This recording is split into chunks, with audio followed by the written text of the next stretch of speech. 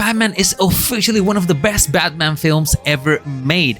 It is so good that I think it might actually be slightly better than 2008's The Dark Knight. This movie basically gave me the Batman film I always wanted.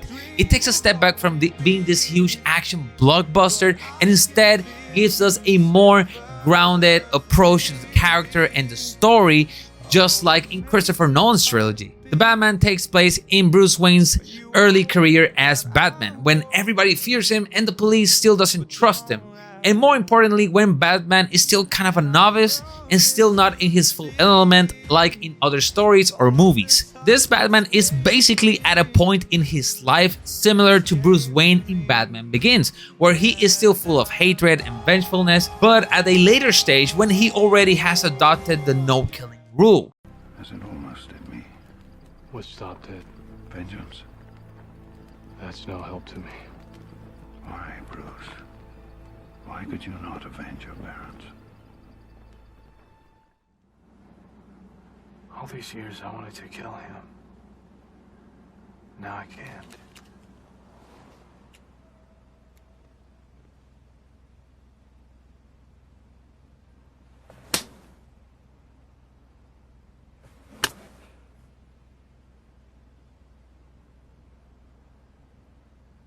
Your father would be ashamed of you.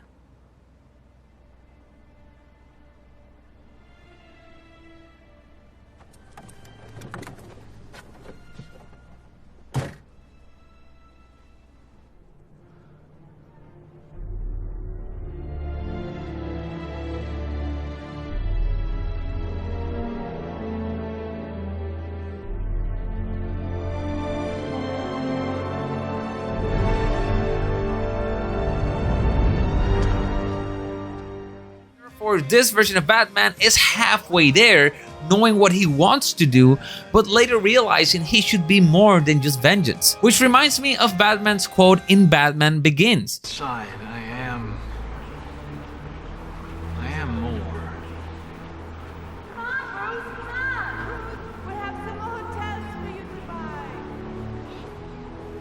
Bruce, deep down you may still be that same bright kid you used to be. But it's not who you are underneath. It's what you do that defines you. Wait!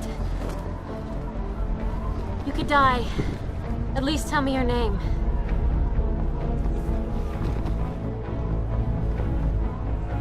It's not who I am underneath, but what I do that defines me.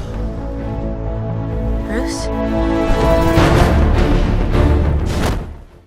It's not who you are underneath, it's what you do that defines you. So it doesn't matter if Batman's motives are somewhat justified. If he kills or becomes Batman for the wrong reasons, it will just breed even more violence and crime. This is why Pattinson's Batman realizes that vengeance is not the way, because even though on the inside he wants to do good, his actions still ended up having somewhat of an opposite effect. Thus realizing that there is more to being Batman than just delivering vengeance. He is a symbol, and a symbol built on vengeance will just breed more violence, but a symbol built on justice might actually inspire good. One of the things I deeply enjoyed about this film was the detective work and the mystery solving. You know, one of the most iconic elements in any Batman story, but for some reason, this always gets sidelined in most live action adaptations. For me, the best Batman stories from the comics to the TV shows and even all the way to the masterful video games are always the ones that dwells and dives into the mystery solving. For example, one of the reasons why the Arkham games were so good was because they put the players in Batman's shoes as he solved intricate puzzles and mysteries that added to the lore and added to the tension of the story while still being fun and interactive. Another example is when Bruce was investigating the Court of Owls in the comics, or even in the movie, but I prefer the comics a little bit, which resulted in one of the best additions to the Batman mythos, a story full of suspense, character psychology, and an epic fight at the end. Not all Batman stories need to have detective work, however, in my opinion, the best ones do. He is not only the Dark Knight, but the world's greatest detective as well. And what better way to make a detective film about Batman than with the Riddler? The Riddler is so good, such a good choice for a villain in this film, because he is a very flexible character and can make a lot of over-the-top situations happen in the story because of the fact that he is fanatic narcissism, egocentrism, and megalomania crossed with severe obsessive compulsion. Thanks. In other words, it makes sense for him to conjure up this over-the-top, overcomplicated plans. Also, he is one of the Batman's rogues gallery villains that can create this moral debate between him and Batman, something that probably won't happen with Penguin or characters like Falcone, since they're more like two-dimensional, they're very straightforward, they're thugs, they're crime lords. But Riddler, characters like Joker, can actually make Batman fall into this place where he has to reflect upon his actions and morality, and I find that extremely well for storytelling. But the Riddler isn't the only character that works very well in the story. Selina's relationship with Bruce felt very organic, and it was a very important part of the story. And I also love how their relationship was very reciprocal. Each one helped the other, and that scene where Batman is stopping Catwoman from murdering Falcone was brilliant. Batman saved Selina and helped her come to terms with her hatred and with her pain. The chemistry between these two actors was on point and is definitely what made these scenes great. The same thing goes with Jim Gordon's character. His performance and role in the story was excellent as well. Basically, the entire cast and their characters were amazing. Although I would have loved to see a little bit more of Alfred, but that's just a nitpick. The score. Oh my god, dude. The score is what a Batman score should be like. Mysterious, suspenseful, and epic. Nirvana's song Something in the Way has been stuck on repeat on my Spotify for the last 2 weeks. But all jokes aside, this song goes very well with the movie's theme and character arcs. Also, in terms of cinematography, again, it is perfect. I love how they capture this retro Gotham vibe mixed with a more urban design, and I love how Wayne Manor has that gothic / spooky castle feel to it, and the way the movie is shot is just beautiful. There are a lot of beautiful and very symbolic shots in this movie, and I love it. It is beautifully shot. My top favorite shots in the movie were when Batman is holding the flare stick as he guides the people of Gotham that were trapped in the debris, Batman as he gets out of the Batmobile with the fire behind him, Batman and Catwoman on the roof with the sun setting behind him. That was pretty dope. The shot of Batman at the end where he is covered in dirt after he is shown saving people that were still in harm's way after the flooding of Gotham. I just realized that the first 3 is basically Batman with stuff behind him that makes him look even cooler. So I guess just put Batman and just put some cool shit behind him and you already got a very cool shot.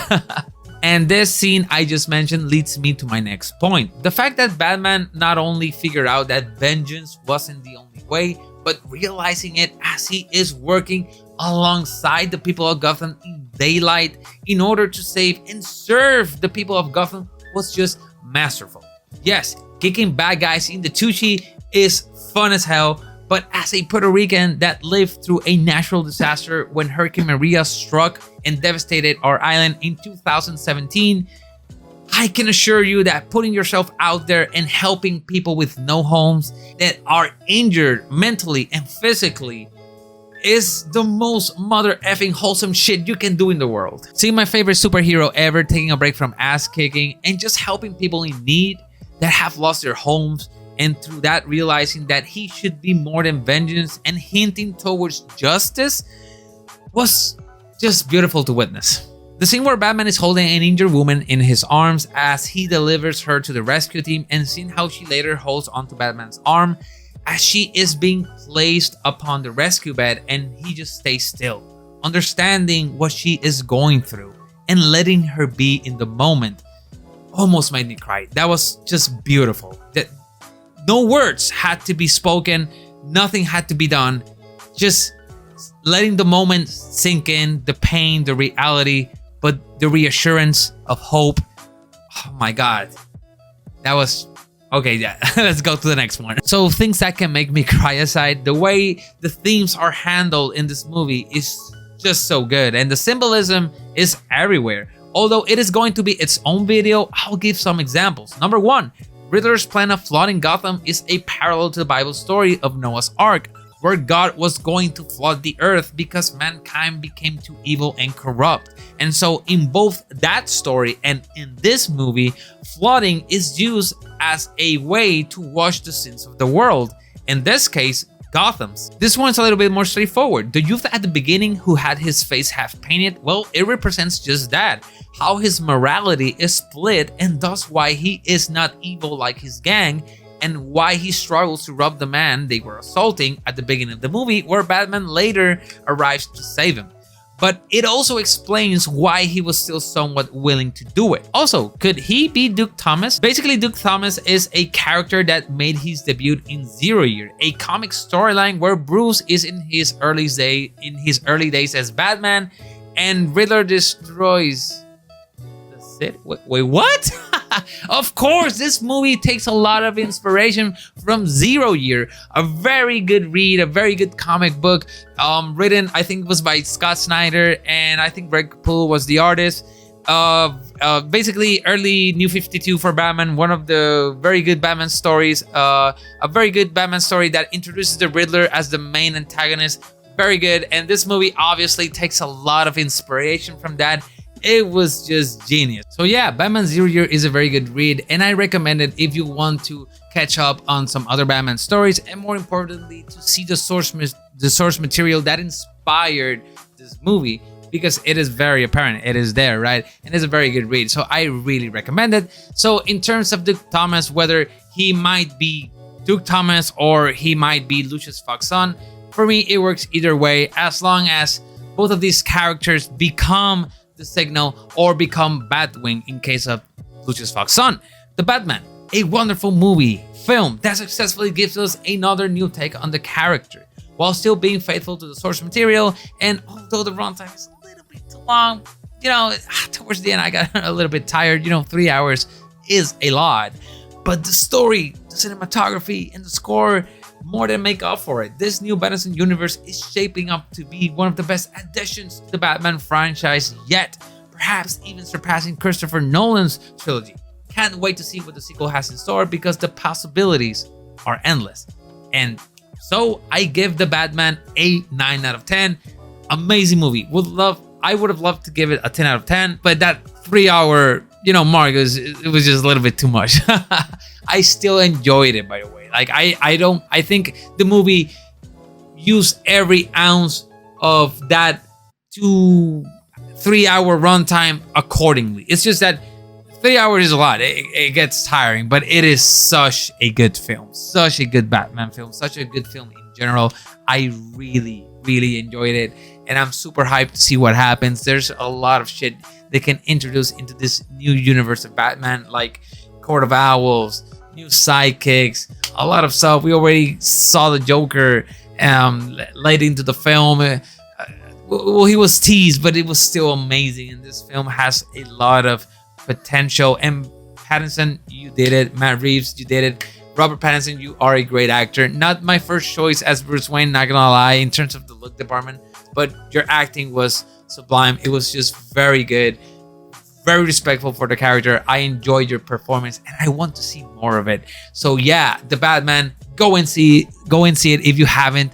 But if you haven't subscribed, then do that as well. Go and hit the bell notification, turn on notifications, hit the like button, the subscription button. Please support your boy for more videos. I already have the No Way Home script ready, so all I have to do is make the video, and I'll keep pumping more manga content, more My Hero, more One Piece on the way. And on my gaming channel as well, I'm gonna be doing more reviews. That's gonna take a little bit more of time, because games take a while to do, but still more content is on the way. Support your boy, take care, and I'll see you in the next video.